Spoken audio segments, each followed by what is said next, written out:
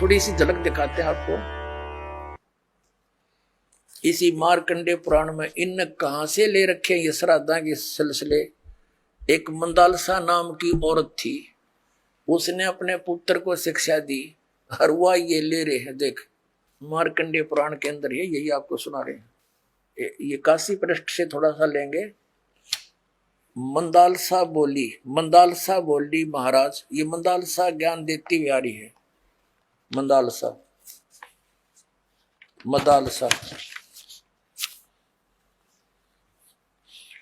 ये 82 पृष्ठ पे संक्षिप्त मार्कंडे पुराण, यहां देखिए। अब ये क्या सलाह दे रही है कि जो पितर देवलोक में है और जो त्रिक योनियों में ये पशु पक्षी बने हुए हैं, और जो मनुष्य योनियों में एवं भूत वर्ग में स्थित हैं, भूत बन रहे हैं, और वे पुण्यात्मा हो या पापात्मा, जब भूख प्यास से विकल होते हैं तो वे अपने कर्मों में लगा हुआ मनुष्य पिंड दान तथा जल दान के द्वारा उन्हें तृप्त करता है। इसी तरह वह देवताओं और अतिथियों को भी संतुष्ट रखता है।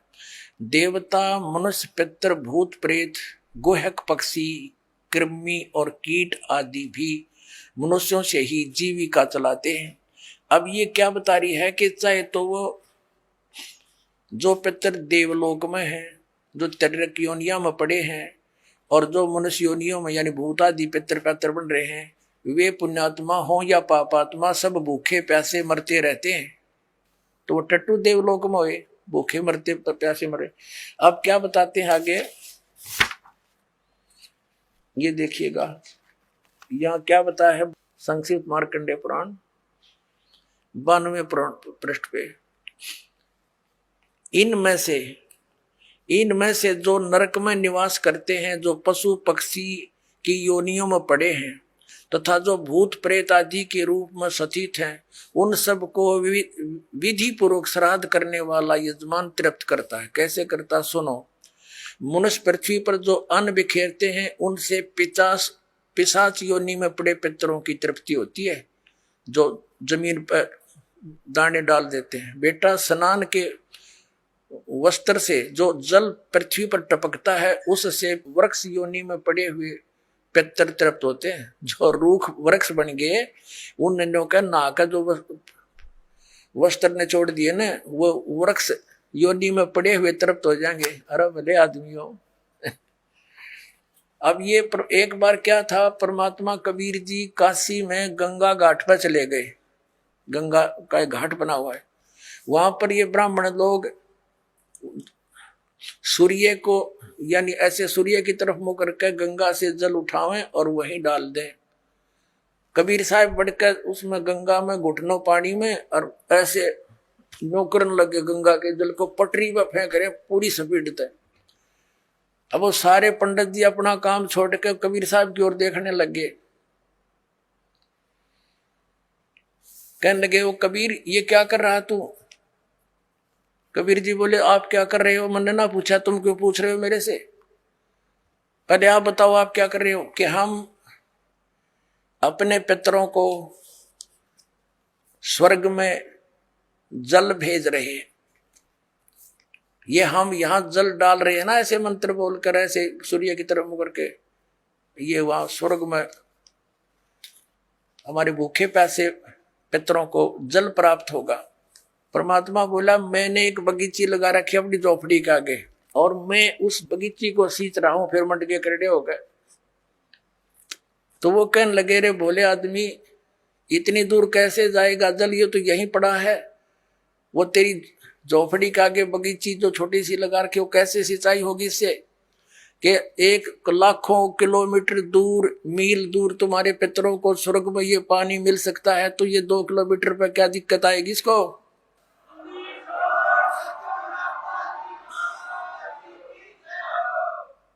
तो उनकी चौंध टूट गई। पंडित जिया ने फिर अपना गलती स्वीकार की, मालिक की शरण ग्रहण करी। अपने आत्माओं, वही यहां ये सिस्टम है। देखो, अब देखो इनके आगे फिर मार्कंडे पुराण हम पढ़ रहे हैं। 92 पृष्ठ पे 92 पे। उससे वृक्ष योनि में पड़े हुए पितर तृप्त होते हैं। अच्छा, वृक्ष तो है इतना बड़ा और पानी निचोड़ा कपड़े का उड़ा गंगा के किनारे, बताओ वृक्ष कैसे तृप्त होगा? उसमें तो बाल्टी भर गिरनी पड़ेगी। तो किसी मूर्ख बना रखे हैं देखो। और नहाने पर अपने शरीर से जो जल के कण इस पृथ्वी पर गिरते हैं, उनसे उन पितरों की तृप्ति होती है जो देव भाव को प्राप्त हो रहे हैं। देखो इनकी अकल। कहते हैं नहाने के बाद जो छींटे छाटे पृथ्वी पर पड़ते हैं ना, वो जो देवता बन गए उन पितरों की तृप्ति होती है। वो टट्टू देवता बन गए, जब इसे पानी तो छकेंगे उड़ा हुआ। तरह की अकल बना मार रखी मारी। देखो देखो, नहाने पर अपने शरीर से जल के कण इस पृथ्वी पर गिरते हैं ना, उनसे उन पितरों की तृप्ति होती है जो देव भाव को प्राप्त हुए हैं, जो देवता बन रहे हैं। और पिंडों के उठाने से वो पिंड भरवाते हैं, अन्न के कण पृथ्वी पर गिरते हैं ना, उनसे पशु पक्षी योनियों में पड़े हुए पितरों की तृप्ति होती है। बता। वो पशु योनि में कितना भैंस बन कर खड़ी होगी, उनकी वह माई या दादी ताई काकी है, और वह कण गिरे पृथ्वी पर कीता है। वह भैंस तो उड़े एक टोकरा ने भूस खावा डेली, एक कण तक क्यों कर छिकेगी वह है। तेरा कैसे भाई देखी से मूर्ख बना रखा।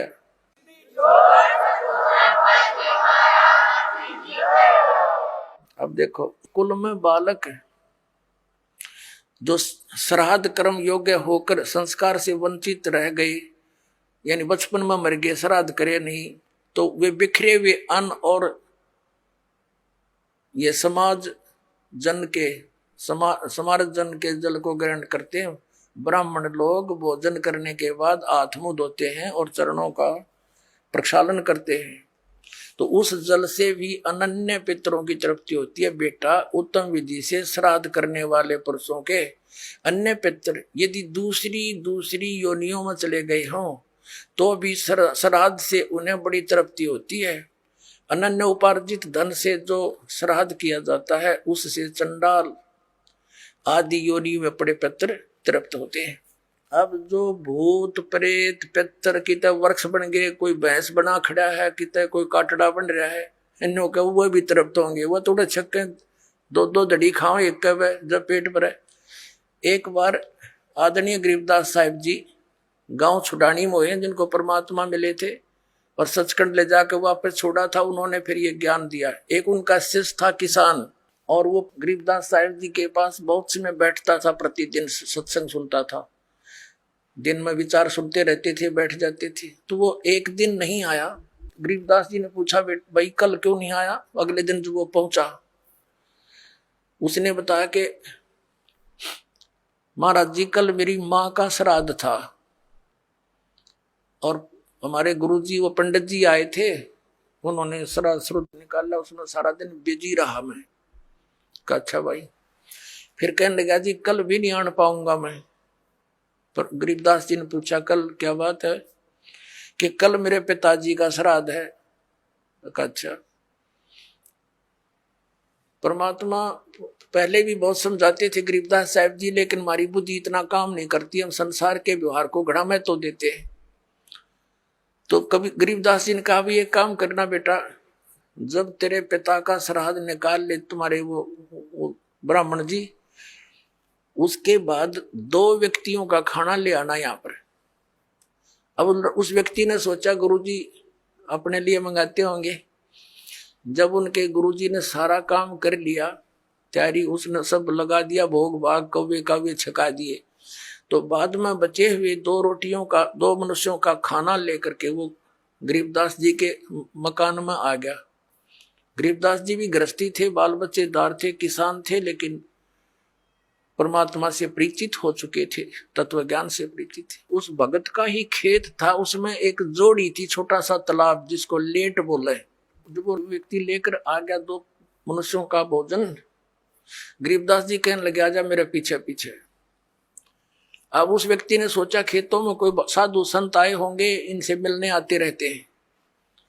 वहां जाकर उस लेट से, उस जोहड़ से 1 किलोमीटर दूर उस खेतों में जो तालाब होते थे छोटे छोटे, पशुओं के पानी के लिए उसमें स्टोर कर लेते थे जल, तो उसके चारों तरफ झुंड खड़े हो जाते थे, झाड़ बोझड़े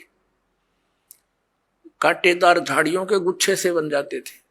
उससे एक 200 फुट दूरी पर बैठ के गरीबदास जी भी वो लड़का व्यक्ति बैठा लिया और वहां कहा, आवाज लगाई उसके माता और पिता का नाम लेकर और उनसे कहा कि आ जाओ, तुम्हारा पुत्र भोजन लाया है। उसमें से एक गिद्दड़ और गिद्दड़ी निकल कर आए और वहां आकर खड़े हो गए और लीला थी गरीबदास साहिब जी की, और कहा, बेटा ये तेरी माँ, ये तेरा बाबू, ये तेरा पिताजी, इन्हें खिला भोजन। वो दर दिया खोल कर उसने। अब वो छक गए दोनों, 1 मिनट खा गए फटाफट और खा कर भाग गए। अब गरीबदास जी बोले कि तुम्हारे गुरुजी क्या कह रहे थे कि 1 दिन के भोजन खिलाने से और 1 वर्ष तक तुम्हारे पिताजी पितर जो जिस भी योनि में है वो तृप्त रहेंगे। अखा जी ऐसे कह रहे थे, ये दोनों भूखे मरे थे, देखा गए सारे ने, और भोगते ही ला के आए हो तुम्हें। अखा जी उस दिन पीछे कान पकड़ दिया कि जी बाढ़ में जाओ, या ये तो बकवाद है सारी, तो छोड़ दी सारी वो लोकवेद और दंत कथा, मनमाना आचरण उस प्यारी आत्मा ने।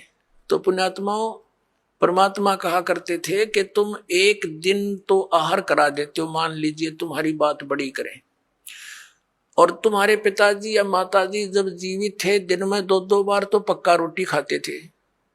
अरे तुमको 1 दिन के खाने से 364 दिन कोई जरूरत नहीं, ये कोई संभव बात है तुम्हारी? 1 दिन तुमने भोग लगा दिया, 364 दिन क्या खाएंगे वो? मान लीजिए तुम्हारे पिता काग बन गए, कौवे, तो रोज भोग ला दो उनका, 2 रोटी तोड़ के ऊपर रोज फेंक दो ताकि उनका पेट भरा रहे। 1 दिन ये फंड करने से कोई फायदा नहीं। कहने का भाव यह है कि वो तो जो बन चुके। अब पुण्यात्माओं, जब हम सत भक्ति करेंगे और इस साधना के करने से आपके जो पितृ भूत प्रेत आदि बने हुए हैं, और चाहे वो किसी योनि में है, ये पितृ वाली सिस्टम में, तो उनकी भी मोक्ष हो जाएगा आपकी भक्ति करने से। अपने आत्माओं, ये सत्कर मान लेना, ये दास आपको समय अनुसार सब क्रियाएं बताएगा। इन एडवांस करने से आप अपना कर्म बिगाड़ बैठोगे। आप अपनी भक्ति करते रहो और समय आने पर ये सब आपके पितृ वगैरह भी इस साधना से ही इनकी मुक्ति हो जाएगी। अब क्या होता है, जैसे इन्हीं पुराणों में लिखा है कि 1000 ब्राह्मण भोजन कर रहे हों, जैसे इन्होंने पितरों की और भूतों की श्राद्ध की वो विधि बता रखी है। पितरों के लिए भोजन कराओ ब्राह्मणों को तो ऑड नंबर में हो, जैसे 1, 3, 7 यानी 5, 7 ऐसे हो, और बाकी इवन नंबर में हो, ऐसी संख्या में जमाने चाहिए। और इसी विष्णु पुराण में लिखा है कि 1000 ब्राह्मण जिमते हो, भोजन कर रहे हो, और उनके सामने एक योगी माने भगत, सच्चा भगत, सत्साधक, सत साधना करने वाला, परम अक्षर परमात्मा का जो साधक है वो वास्तव में भगत योगी होता है। योगी का अर्थ ये नहीं ये पेट का पानी हला के दिखा दे आसन उसन कर रहा हो ना, ये योगी नहीं। ये तो एक वो है अपनी, समझ लो ये प्राकृतिक चिकित्सक कह सकते हैं, वो योगी है। योगी का अर्थ होता है भक्त, परमात्मा से मिलने की जो कोशिश कर रहा है वो योगी है, भक्त यानी सच्चा साधक। ये देखिएगा श्री विष्णु पुराण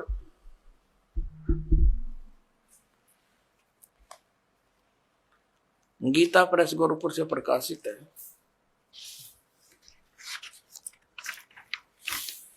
इसके अनुवादक हैं मुनीलाल गुप्त। ये गीता प्रेस गोरखपुर से प्रकाशित है। ये है अध्याय 16 और 3 अंश और पृष्ठ नंबर 213 पर। यहां पर लिखा है, हे राजन, श्राद्ध करने वाले पुरुष से विश्व देवगण, पितृगण, मातामह और कुटुंबी जन सभी संतुष्ट रहते हैं। हे भूपाल,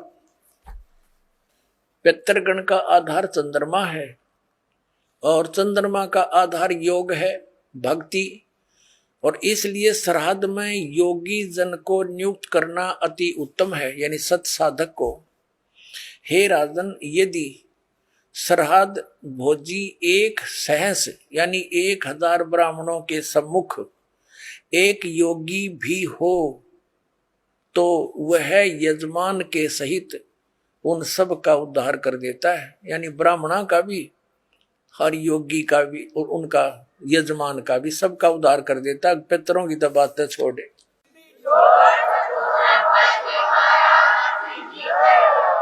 अब पुण्यात्माओं, यहाँ पर आप सब योगी हैं और जो भक्त आपके यहाँ दान करता है वो आपको जमा रहा है, तो आपके पितरों का तो वही उद्धार हो जाएगा, ये सत्कर मान लियो।